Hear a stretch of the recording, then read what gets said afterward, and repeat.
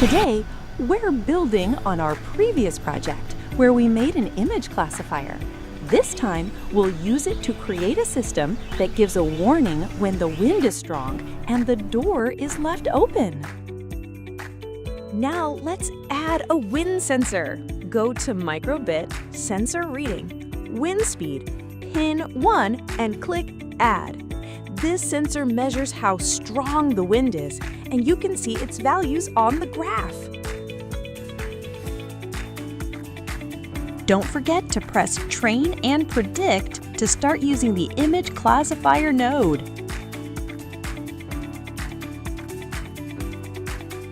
Next, we need conditions. Go to Mathematics/Logic, then If. Here we'll set if wind speed is greater than fixed, then the result is true. This condition will trigger our system. To make it clearer, we'll also show the wind speed on a screen. Go to Microbit, Device Control, OLED, and click Add.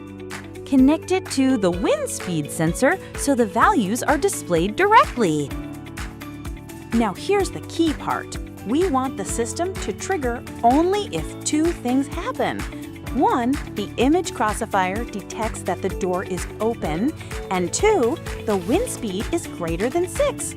To do this, we'll use the AND function. This makes sure both conditions must be true before the system reacts. Finally, when both conditions are met, the system will send an alert through sound.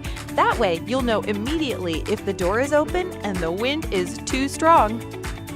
And that's it!